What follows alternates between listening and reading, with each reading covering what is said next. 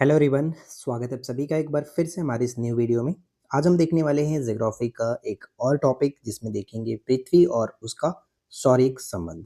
इससे बहुत सारे क्वेश्चन बनते हैं जैसे कि उपसौर हुआ, अपसौर हुआ, चंद्र ग्रहण, सूर्य ग्रहण और भी इसमें बहुत सारी चीज़ें होती हैं जैसे कि इक्विनॉक्स का नाम आपने सुना होगा, अक्षांश देशांतर। ये सारी चीज़ें हम इसी वीडियो में कवर करने वाले हैं। बहुत अच्छे तरीके से सारी चीज़ों को समझना है क्योंकि इनसे बहुत सारे प्रश्न बनते हैं। तो इस वीडियो को एंड तक ज़रूर देखें। लूसेंट सब्जेक्टिव का ये सीरीज है, साथ में एमसीक्यू भी आपको देखने को मिलेगा, तो कहीं ना कहीं एक तरह से प्रॉपर आपका रिवीजन हो जाएगा। तो चलिए फिर स्टार्ट करते हैं। देखिए, प्रकाश चक्र किसे कहते हैं, सबसे पहले ये समझ लो। प्रकाश चक्र से रिलेटेड हो सकता है पूछ लिया जाए तो क्या होगा। जैसे अगर क्वेश्चन रहे कि वैसी काल्पनिक रेखा जो पृथ्वी के प्रकाशित और अप्रकाशित, ठीक है, पृथ्वी के प्रकाशित और अप्रकाशित भागों को बांटती है, उसे हम क्या कहते हैं? तो उसे हम लोग प्रकाश चक्र कहेंगे। ठीक है, ये चीज हमें याद रखना होगा।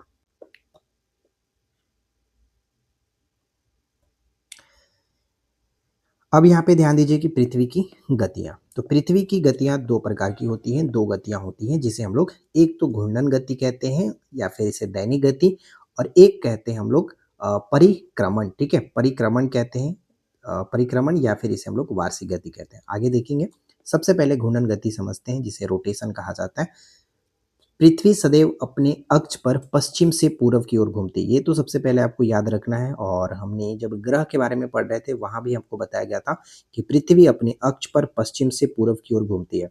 अगर आपसे कोई पूछे कि बताइए कि सूर्य हमेशा पूर्व दिशा में ही क्यों निकलता है, तो बस वहां पे आपको यही जवाब देना है, क्योंकि पृथ्वी हमेशा पश्चिम से पूर्व की ओर घूमती है। ठीक है, ये सिंपल सा जवाब आपका होना चाहिए। पृथ्वी का घूर्णन या फिर परिभ्रमण इसे कहते हैं, और इसी कारण दिन और रात होते हैं। तो दिन और रात होने का कारण है कि पृथ्वी का अपने अक्ष पर पश्चिम से पूर्व की ओर घूमना, और इस गति को दैनिक गति के रूप में जाना जाता है। अब यहाँ पे ध्यान से समझिए कि पृथ्वी के अपनी धुरी पर घूमने के कारण भूमध्य रेखा पर वस्तुओं का रैखिक जो वेग होता है अन्य स्थानों की तुलना में अधिक होता है। ये पॉइंट याद रखना है। ठीक है, कथन के रूप में पूछा जा सकता है। भूमध्य रेखा तीन महाद्वीपों से होकर के गुजरता है, जैसे दक्षिणी अमेरिका, अफ्रीका और एशिया। ये कई बार सवाल पूछा गया है। ठीक है, और टोटल 13 देशों से होकर के भूमध्य रेखा गुजरती है, और वो 13 देश कौन कौन से हम आगे देखने वाले हैं। अब नेक्स्ट आता है रिवोल्यूशन यानी परिक्रमण, जिसे हम लोग वार्षिक गति भी कहते हैं। पृथ्वी अपने अक्ष पर घूमने के साथ साथ सूर्य के चारों ओर एक दीर्घवृत्तीय मार्ग पर परिक्रमा करता है, परिभ्रमण यानी परिक्रमा करती है, जिसे परिक्रमण या फिर वार्षिक गति के रूप में जानते हैं। पृथ्वी को सूर्य की एक परिक्रमा पूरा करने में 365 दिन 6 घंटे का समय लगता है, और ये 6 घंटे 4 वर्ष के बाद ऐड होकर के 24 घंटा यानी 366 दिन बनता है। इससे पहले वाली वीडियो में हमने बात किया था। ठीक है, नक्षत्र दिवस, सौर दिवस पेपर के लिए इंपॉर्टेंट नहीं है, आप चाहो तो इसे पढ़ सकते हो, मैं फिलहाल स्किप करता हूँ। देखिए, अपने परिक्रमा पथ में पृथ्वी सूर्य के चारों ओर एक स्पीड से घूमता है, जिसका जो स्पीड है 29.8 किलोमीटर पर सेकेंड के वेग से चक्कर लगाती है। मतलब सोच सकते हो, 29.8 किलोमीटर पर सेकेंड। मतलब ऐसे तो समझ में नहीं आता है हमें लोगों को, हमें बिल्कुल भी पता नहीं चलता है, लेकिन अब इस स्पीड को अनुमान लगा सकते हो कि 29.8 किलोमीटर पर सेकेंड कितना होता होगा। अब देखिए, सबसे इंपॉर्टेंट चीज उपसौर और अपसौर, इस टॉपिक का जान है ये दो पॉइंट। अपसौर उपसौर अच्छे से समझ लीजिए। उपसौर को इंग्लिश में पेरिहिलियन कहा जाता है, और उपसौर पृथ्वी की परिक्रमा यानी दीर्घवृत्तीय कक्षा में करती है, जिसके एक फोकस पर सूर्य होता है। जब पृथ्वी सूर्य के अधिकतम पास होती है, ध्यान से समझ लीजिएगा, मैं थोड़ा सा एक पिक्चर बना के समझाने की कोशिश करता हूँ। चलो, मैं एक मान के चलो कि ये हमारा सन है, क्योंकि सन तो हमेशा बीच में ही है, और पृथ्वी ये रहा। अगर अर्थ ये है तो ये क्या होगा कि इस तरह से घूमेगा दीर्घवृत्ताकार पथ पर, सूर्य के चारों ओर चक्कर लगाएगा। पृथ्वी यहाँ पर है, फिर यहाँ भी आएगा, फिर यहाँ आएगा और यहाँ आएगा, इस तरह से चारों तरफ घूमेगा। अब यहाँ पे देखो कि इन दोनों के बीच की दूरी ज्यादा है लेकिन यहाँ पर कम है, तो एक कहीं ना कहीं एक ऐसा समय आता है जब पृथ्वी सूर्य के काफी नजदीक होती है। तो वही बात यहाँ पे कह रहा है कि जब पृथ्वी सूर्य के अधिकतम पास होते हैं, यानी ये जो स्थिति बन रहा है यहाँ पर, इन दोनों के बीच का गैप देखो बहुत कम है, तो उस स्थिति को उपसौर कहा जाता है, पेरिहिलियन कहा जाता है। और ऐसी स्थिति प्रत्येक वर्ष 3 जनवरी को होता है। 3 जनवरी को होता है, यानी 3 जनवरी को पृथ्वी सूर्य के सबसे निकट होती है। ऐसी स्थिति में पृथ्वी और सूर्य के बीच की दूरी 14.70 करोड़ किलोमीटर होता है। ठीक है, थोड़ा सा ये आपका हो गया, तो इसको हटा देते हैं, साफ कर देते हैं, समझ में आ गया होगा। अब बात करते हैं इसके विपरीत जो कि अपसौर। देखिए अपसौर यानी अपहेलियन इसको कहते हैं। पृथ्वी जब सूर्य से अधिकतम दूरी पर होती है तो उस स्थिति को अपसौर कहते हैं, और ऐसी स्थिति 4 जुलाई को होती है। ऐसी स्थिति में पृथ्वी और सूर्य के बीच की दूरी 15.21 करोड़ किलोमीटर होता है। अब देखिए, अगर आपसे पूछे कि पृथ्वी और सूर्य के बीच की औसत दूरी कितनी होती है, जब इन 2 किलोमीटर को आप ऐड करके 2 से डिवाइड करोगे तो हमारा 14.96 करोड़ किलोमीटर निकलता है। ठीक है, करोड़ किलोमीटर निकल जाता है। यही होता है पृथ्वी और सूर्य के बीच की औसत दूरी। ठीक है, अब चलिए आगे बढ़ते हैं। अब देखिए अपसाइड रेखा किसे कहते हैं। उपसौरिक और अपसौरिक को मिलाने वाली काल्पनिक जो रेखा होगी सूर्य के केंद्र से गुजरती है, उसे अपसाइड रेखा कहा जाता है। ठीक है, अक्षांश और देशांतर के बारे में आप अच्छे से समझते होंगे, ज़्यादा डिटेल में बात करने की तो ज़रूरत है नहीं, बस यहाँ पे लिखा गया समझ लो। अक्षांश को लैटिट्यूड कहते हैं और देशांतर को लॉन्गिट्यूड कहा जाता है। तो अब यहाँ पे देखिए अक्षांश विषुवत वृत्त से उत्तर या दक्षिण दिशा में स्थित किसी स्थान की कोणीय दूरी को अक्षांश कहते हैं। यह कोण पृथ्वी के केंद्र पर बनता है। सिंपल सा, ज़्यादा हम यहाँ पे आपको फंसाने की कोशिश नहीं करते हैं। सिंपल सा समझ लो कि अगर ये ग्लोब है तो ग्लोब पर जो बीचों बीच आपका ये मतलब इस तरह की जो भी लाइनें खींची जाती हैं वो हमारा अक्षांश होता है। ठीक है, अब यहाँ पे समझ सकते हो कि विषुवत वृत्त 0 डिग्री अक्षांश को प्रदर्शित करता है। जो सबसे लंबा, इसमें मैं थोड़ा सा साफ कर देता हूँ, ध्यान से समझ लीजिए। देखिए जो सबसे लंबा दीर्घात्मक अक्षांश होता है, जो बीचों बीच से होकर गुजरता है, वो सबसे लंबा होता है। कभी कभी ये पूछा जाता है कि सबसे लंबी अक्षांश बताइए कौन सा, तो 0 डिग्री अक्षांश, ये पॉइंट याद रखेगा। अब देखिए नेक्स्ट पॉइंट कह रहा है कि विषुवत वृत्त की उत्तरी और दक्षिणी दिशा में 1 डिग्री के अक्षांश से खींचे जाने पर 90-90 अक्षांश वृत्त होते हैं। यानी किसी भी स्थान का अक्षांश 90 डिग्री से अधिक नहीं हो सकता है। विषुवत वृत्त के उत्तरी भाग को उत्तरी अक्षांश, मतलब जब ये हमारा ग्लोब है, इधर का जो खींचा जाएगा ये सारी लाइन, इसे हम कहते हैं नॉर्थ और ये कहते हैं साउथ। ठीक है, इसे कहेंगे उत्तरी अक्षांश, इसे कहेंगे दक्षिणी अक्षांश, यानी उत्तरी गोलार्ध और दक्षिणी गोलार्ध 2 भागों में डिवाइड हो रहा है, इसलिए यहाँ पे कहा जाता है। ठीक है, समझ में आ रहा है। चलो ये सारी चीजें आपको ऑलरेडी पता होगा। अभी है अक्षांश समानांतर जो है वो हमारे लिए उतना इंपॉर्टेंट नहीं है, तो हम फिलहाल बढ़ते हैं आगे, और आपका भी समय खराब नहीं करना चाहूंगा, अपना भी नहीं करूंगा। तो चलिए आगे बढ़ते हैं। अब देखिए यहाँ से एक प्रश्न ये देखने को मिलता है कि 2 अक्षांश रेखाओं के मध्य की दूरी कितनी होती है। 111 किलोमीटर होता है, ये आपको याद रखना। यदि अक्षांश समानांतरों को 1 डिग्री के अंतराल पर खींचते हैं तो उत्तरी एवं दक्षिणी दोनों गोलार्धों में 89 अक्षांश समानांतर होंगे। इस प्रकार विषुवत वृत्त को लेकर के अक्षांश समानांतरों की कुल संख्या 179 होगी। ठीक है, 179 होगा। देखिए अब यहाँ पे 2 पॉइंट जो है वो बहुत ज़्यादा महत्वपूर्ण है, इसे आपको समझना है, याद भी रखना है। आई नो कि आपको पता होगा। भूमध्य रेखा के उत्तर में 23.5 डिग्री अक्षांश को कर्क रेखा कहते हैं, और उसी तरह से दक्षिणी 23.5 डिग्री अक्षांश को मकर रेखा कहते हैं। समझ लीजिए। देखिए अब ये हो गया हमारा 0 डिग्री विषुवत रेखा। अब यहाँ पे अगर उत्तरी अक्षांश में 23.5 डिग्री अगर मैं खींचता हूँ तो इसे हम लोग कर्क रेखा कहते हैं, और ठीक इसी तरह से अगर नीचे दक्षिणी गोलार्ध में 23.5 डिग्री जो होगा उसे हम लोग मकर रेखा कहते हैं। तो ये 2 चीज ध्यान रखना है। ठीक उसी तरह से भूमध्य रेखा के उत्तर में, यानी भूमध्य रेखा तो ये हमारा ये हुआ, ये लाइन भूमध्य रेखा है। भूमध्य रेखा के उत्तर में नॉर्थ में अगर देखा जाए तो 66.5 डिग्री जो होगा अक्षांश को आर्कटिक वृत्त कहते हैं। ये तो 23.5 डिग्री है, इसके और ऊपर जाएंगे तो 66.5 डिग्री बनेगा, तो इसे हम लोग कहते हैं आर्कटिक वृत्त, और दक्षिणी में इसी को अंटार्कटिक वृत्त कहा जाता है इधर। ठीक है, समझ में आ रहा है। अब देखिए ये 3 चीजें आपको अच्छे से याद रखनी है। आप चाहो तो इसे स्किप कर सकते हो, याद रखना है तो याद रख सकते हो कि कर्क रेखा किन देशों से होकर के गुजरती है, वो नाम दिए गए। मकर रेखा किन देशों से होकर गुजरती है, उनके नाम दिए गए, और विषुवत रेखा किन देशों से होकर के गुजरती है, उनके नाम यहाँ पे मेंशन है। तो आप चाहो तो अच्छे से याद रख सकते हो। चलिए फिलहाल हम बढ़ते हैं आगे। और देशांतर ठीक अक्षांश का विपरीत होता है। जो अक्षांश हमने इस तरह का लाइन देखा था, हॉरिजॉन्टल लाइन, यहाँ पे क्या होता है कि ये वर्टिकल लाइन होता है। ठीक है, ग्लोब पर वर्टिकल लाइन इस तरह से होता है। ग्रीनविच रेखा से किसी स्थान की कोणात्मक दूरी को उस स्थान का देशांतर कहते हैं, अथवा उत्तरी तथा दक्षिणी ध्रुवों को मिलाने वाली काल्पनिक रेखा को देशांतर कहा जाता है। देशांतर रेखाओं की लंबाई बराबर होती है। ये रेखाएं समानांतर नहीं होती हैं। अब देखिए समानांतर क्यों नहीं होता वो थोड़ा सा आप समझ लीजिए। ये हो गया हमारा अक्षांश। अब ये क्या होता है, जो देशांतर होते हैं वो इस तरह से खींचे जाते हैं, ठीक है, इस तरह से खींचे जाते हैं।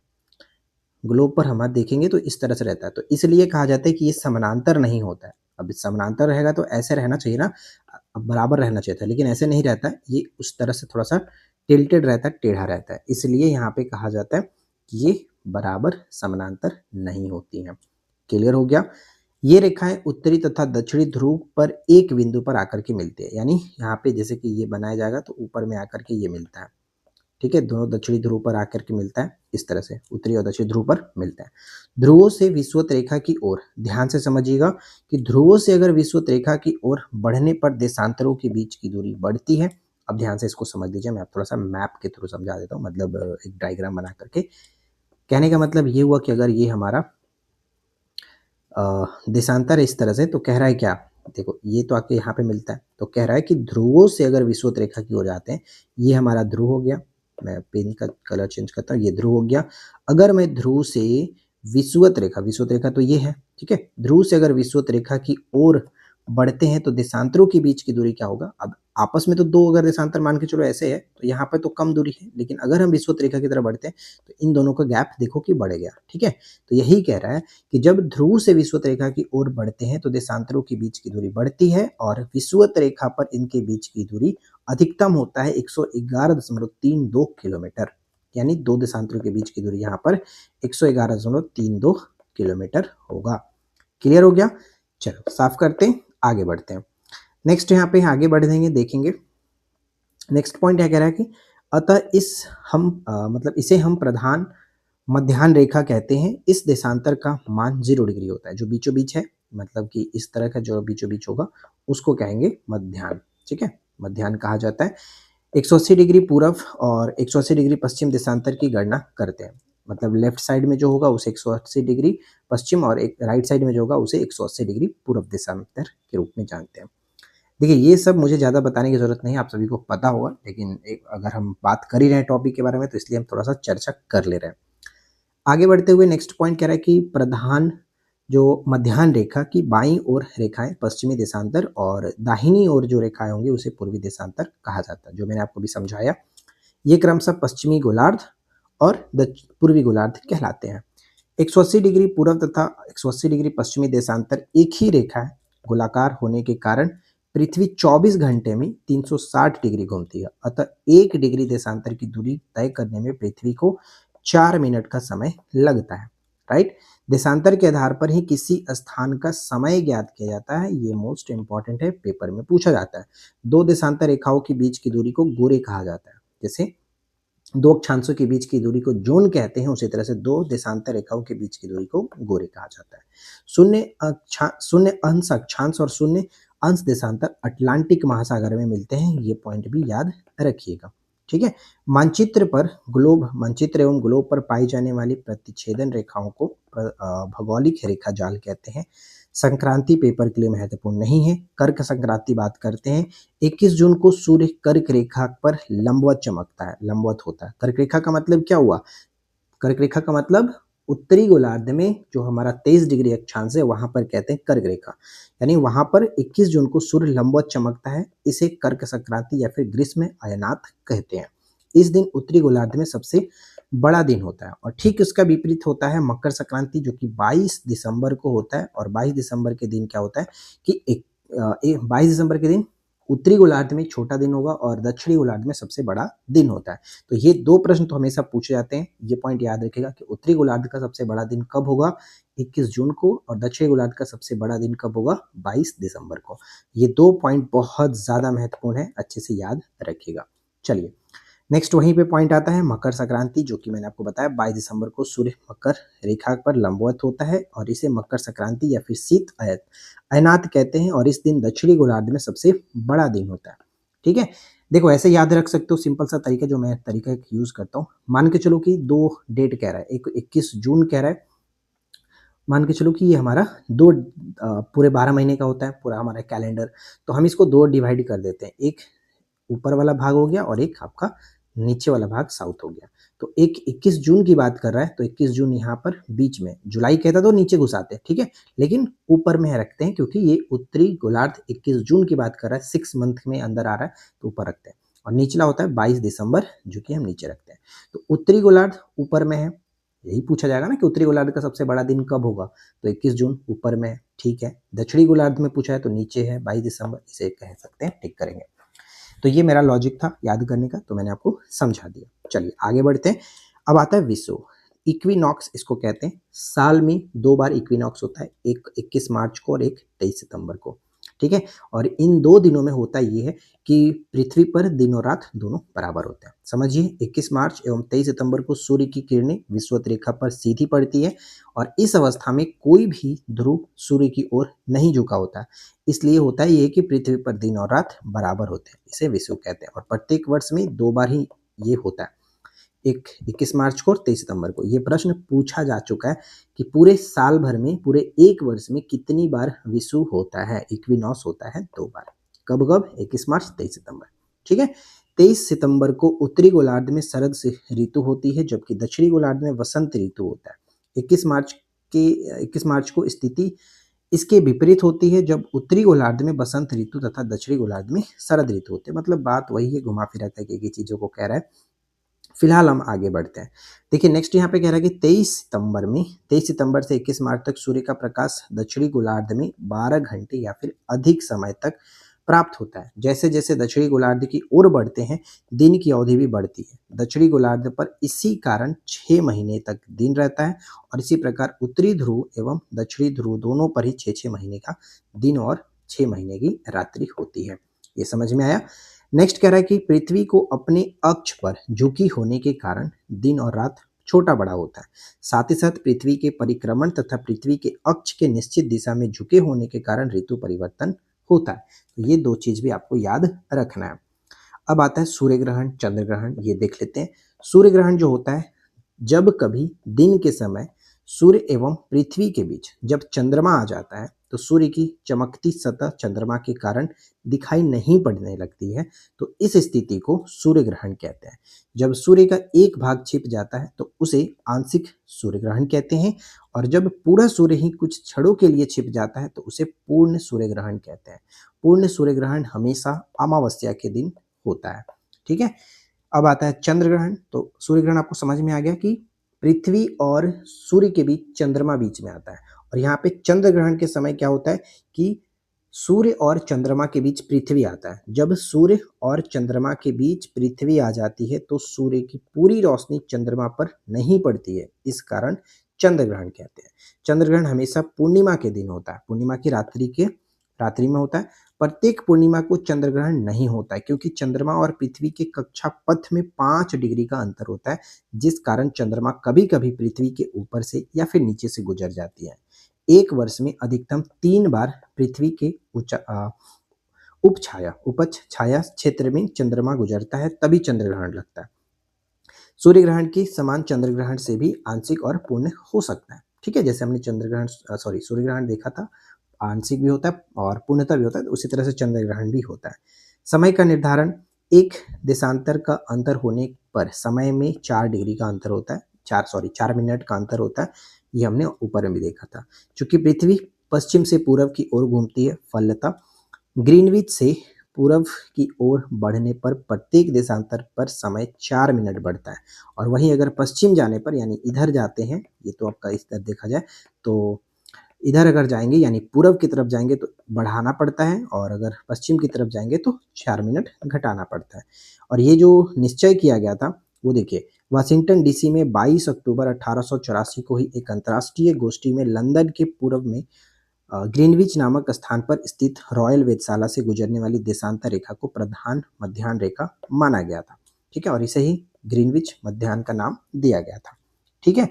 अंतर्राष्ट्रीय तिथि रेखा 180 डिग्री देशांतर को अंतर्राष्ट्रीय तिथि रेखा कहा जाता है क्योंकि इस रेखा के दोनों ओर तिथियों में से एक दिन का अंतर होता है।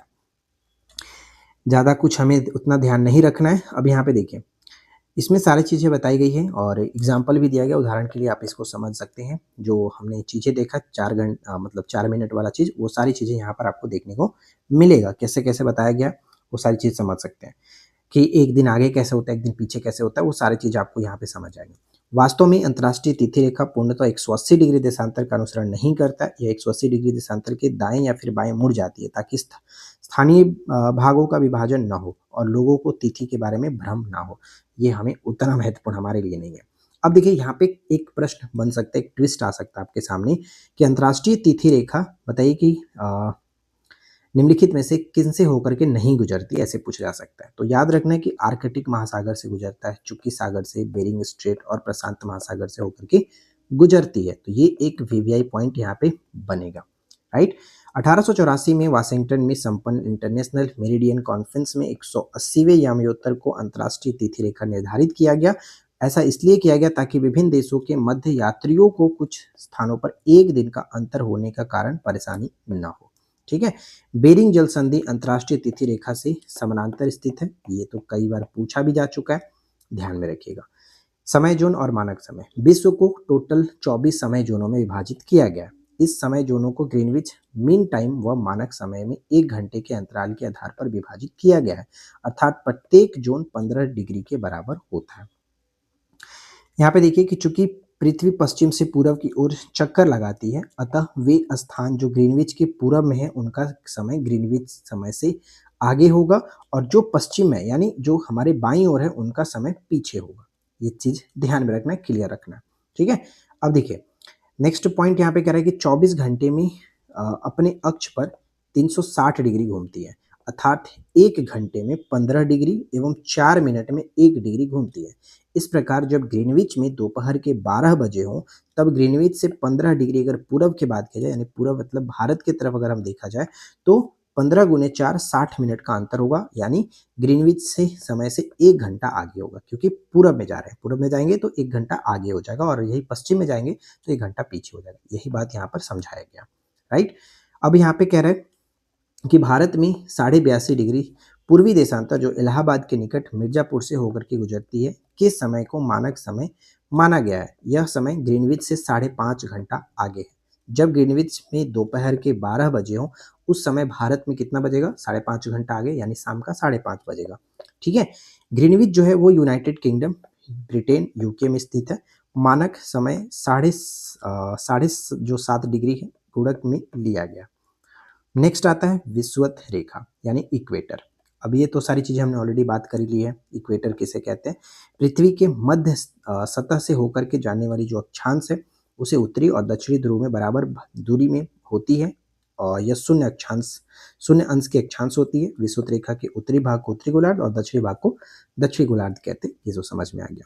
कटिबंध किसे कहते हैं? तो प्रत्येक गोलार्ध को ताप के आधार पर कई भागों में बांटा जाता है और उसे ही कटिबंध कहा जाता है। जिसमें आता है उष्ण कटिबंध जो कि विषुवत रेखा से 30 डिग्री उत्तर एवं 30 डिग्री दक्षिणी भाग को होता है, उसे उष्ण कटिबंध कहते हैं।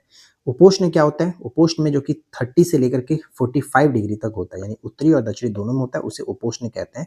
और शीतोष्ण जो होता है वो 45 डिग्री से लेकर के 66 डिग्री के उत्तरी और दक्षिणी के बीच के जो क्षेत्र होंगे उसे कहते हैं शीतोष्ण जो है। और फिर आता है ध्रुवीय कटिबंध, यानी जो 66 से लेकर के 90 डिग्री तक के मध्य स्थित, जहाँ ताप अत्यंत ही कम होता है। इसके फलस्वरूप यहाँ पर हमेशा बर्फ जमी रहती है, वैसे को हम लोग ध्रुवीय कटिबंध कहते हैं। अक्ष, ध्रुव, अक्षांश, अक्षांशवृत्त, देशांतर, देशांतर रेखाएं, स्थानीय समय, ये सारी चीजें हमने ऑलरेडी डिस्कस की हुई है, तो ज्यादा कुछ इसमें बात करने की जरूरत है नहीं। तो कुल मिलाकर बात यही है कि पृथ्वी के सौरिक संबंध के बारे में हमने अच्छे से देख लिया। और अगर आपने इस वीडियो को यहाँ तक अच्छे से वॉच किया तो सबसे पहले तो वीडियो को लाइक करो और चलिए स्टार्ट करते हैं एमसीक्यू और देखते हैं कितना सही तरीके से आप एमसीक्यू लगा पाते हैं। तो स्टार्ट करते हैं।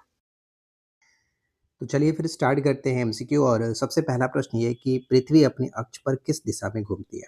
तो हम जानते हैं कि पृथ्वी अपने अक्ष पर पश्चिम से पूरब की ओर घूमती है। यहाँ पे सही आंसर हो जाएगा ऑप्शन सी।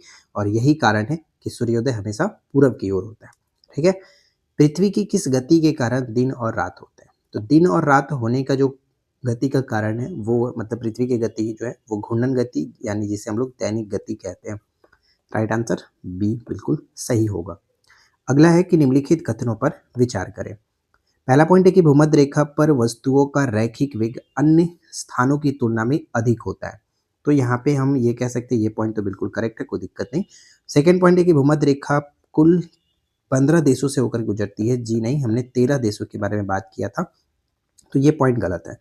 सही क्या होगा? केवल और केवल एक सही होगा, क्योंकि कथन हमें सही बताना था, तो ए सही है। आंसर ए को टिक करेंगे। अगला है कि पृथ्वी को सूर्य की एक परिक्रमा यानी परिक्रमण पूरी करने में कितना समय लगता है? पृथ्वी को सूर्य की एक परिक्रमा पूरा करने में 365 दिन 6 घंटे का समय लगता है। राइट आंसर डी होगा। उपसौर के संदर्भ में असत्य कथन को चुनें। तो देखिए, उपसौर के बारे में अगर हम बात करें, असत्य कथन कौन है, तो सबसे पहले उपसौर क्या होता है, हमने ये बात किया था कि पृथ्वी और सूर्य के बीच की जो नज़दीक दूरी होती है, यह स्थिति 3 जनवरी को होता है, ये करेक्ट है। इसमें पृथ्वी सूर्य के अत्यधिक पास होती है, ये भी करेक्ट है। इस स्थिति में पृथ्वी और सूर्य के बीच की जो दूरी होती है वो 15.21 करोड़ किलोमीटर होता है। जी नहीं, इस सिचुएशन में 14.70 करोड़ होता है। ये जो स्थिति आता है, ऐसा जो दूरी है, ये अपसौर के अंतर्गत देखने को मिलता है। तो हाँ, यहाँ पे हम कहेंगे ऑप्शन सी जो कि गलत था, सी को टिक करेंगे। ठीक है, पृथ्वी की कक्षा दीर्घवृत्तीय, ये तो सही है ही। अगला प्रश्न, पृथ्वी जब सूर्य से अत्यधिक दूरी पर होती है तो उसे हम लोग क्या कहते हैं? तो जब अत्यधिक दूरी पर होगी तो उसे अपसौर कहते हैं। ऑप्शन बी होगा। अपसौर की स्थिति किस तिथि को होती है? अपसौर यानी एपेलियन जो होता है वो 4 जुलाई को होता है और 3 जनवरी को उपसौर होता है। अक्षांश के संबंध में कौन सा कथन सही है? ध्यान से देखिए, अक्षांश के संबंध में अगर देखा जाए तो पहला पॉइंट कह रहा है कि विषुवत वृत्त 90 डिग्री के अक्षांश को प्रदर्शित करता है। जी नहीं, विषुवत वृत्त जो है वो 0 डिग्री अक्षांश को प्रदर्शित करता है, ये गलत हो गया। किसी भी स्थान का अक्षांश 90 डिग्री से अधिक हो सकता है। जी नहीं, 90 डिग्री से अधिक नहीं हो सकता है। विषुवत वृत्त सबसे लंबा अक्षांश वृत्त होता है, ये बिल्कुल सही है। ठीक है, तो ऑप्शन सी को टिक करेंगे। विषुवत वृत्त के उत्तरी भाग को क्या कहते हैं? उत्तरी गोलार्ध कहते हैं। उपसौर के दौरान पृथ्वी और सूर्य के बीच की दूरी कितनी होती है? इसका राइट आंसर आप नीचे कमेंट करके बताओ, क्योंकि ऊपर में मैंने आपको बता दिया था कितना होता है। तो 10 का सही आंसर क्या होगा, नीचे कमेंट करिए। अगला सवाल आते हैं, दो अक्षांश रेखाओं के मध्य की दूरी को कितनी होती है? दो अक्षांश रेखाओं के मध्य की दूरी 111 किलोमीटर। Option B. यदि अक्षांश समानांतरों को 1 डिग्री के अंतराल पर खींचा जाए तो विषुवत वृत्त सहित इनकी कुल संख्या कितनी होगी? इनकी कुल संख्या टोटल कितनी होगी? 179। ठीक है, 179। भूमध्य रेखा के दक्षिण में 23 डिग्री यानी 23.5 डिग्री अक्षांश को क्या कहते हैं? दक्षिण में तो दक्षिणीय मकर रेखा कहते हैं हम लोग। ठीक है, ट्रॉपिक ऑफ कैप्रिकॉर्न कहा जाता है। सही आंसर सी बनेगा। और उत्तर में इसे कर्क रेखा कहते हैं, ट्रॉपिक ऑफ कैंसर। नेक्स्ट आता है कि निम्नलिखित में से असत्य कथन का चयन करें। भूमध्य रेखा के उत्तर में 66.5 डिग्री अक्षांश को आर्कटिक वृत्त कहा जाता है। ठीक है, बिल्कुल सही है। तो यहाँ पे अगर हम बात करें तो ये बिल्कुल सही है कि भूमध्य रेखा के उत्तर में 66.5 डिग्री जो अक्षांश है उसे आर्कटिक वृत्त कहते हैं, और यही दक्षिण में क्या होता है, उसे हम लोग अंटार्कटिक वृत्त कहते हैं। ठीक है, देशांतर रेखाओं की लंबाई बराबर होती है, ये भी सही है। देशांतर रेखाएं परस्पर समानांतर होती है। जी नहीं, समानांतर नहीं होता है, क्योंकि ये जो देशांतर रेखाएं इस तरह से होती हैं, तो ये समानांतर नहीं होता है। क्लियर हो गया? तो यहाँ पे हम ऑप्शन सी को टिक करेंगे, जो कि गलत है। विषुवत रेखा पर दो देशांतरों के बीच अधिकतम दूरी कितनी होती है? विषुवत रेखा पर दो देशांतरों के बीच की अधिकतम दूरी हम यहाँ पे 111.32 किलोमीटर होता है, तो बी करेक्ट हो जाता है। नेक्स्ट है कि देशांतर के संदर्भ में कौन सा कथन सत्य है? तो देखिए, देशांतर के संदर्भ में अगर हम देखें तो पहला पॉइंट कह रहा है कि ध्रुवों से विषुवत रेखा की ओर बढ़ने पर देशांतरों के बीच की दूरी घटती है। तो देखिए, अगर ध्रुव से विषुवत रेखा की तरफ जा रहे हैं तो डेफिनेटली यहाँ पर बढ़ेगा, ना कि घटेगा। तो ये पॉइंट गलत है। नेक्स्ट है कि ये रेखाएं उत्तरी तथा दक्षिणी ध्रुव को मिलाने वाली काल्पनिक रेखाएं होती है, तो ये तो करेक्ट है ही, यानी उत्तरी और दक्षिणी ध्रुव को मिलाती हैं, तो करेक्ट है। कर्क रेखा की स्थिति क्या होती है? तो 23.5 डिग्री उत्तरी अक्षांश को कर्क रेखा कहते हैं, सी हो जाता है। अंटार्कटिक वृत्त कहाँ स्थित है? तो दक्षिण में 66.5 डिग्री जो होगा वो कहेंगे, यहाँ पे सही आंसर सी बन जाएगा। अगला है कि दो देशांतर रेखाओं के बीच की दूरी को किस नाम से जानते हैं? गोरे के नाम से जाना जाता है। ऑप्शन सी, गोरे। शून्य अंश अक्षांश एवं शून्य अंश देशांतर एक दूसरे को कहाँ पर काटते हैं? तो ये अटलांटिक महासागर में काटते हैं। मोस्ट इंपॉर्टेंट प्रश्न, ऑप्शन बी। अगला सवाल, कर्क संक्रांति के संदर्भ में यानी संबंध में कौन सा कथन असत्य है, ध्यान से देखिए।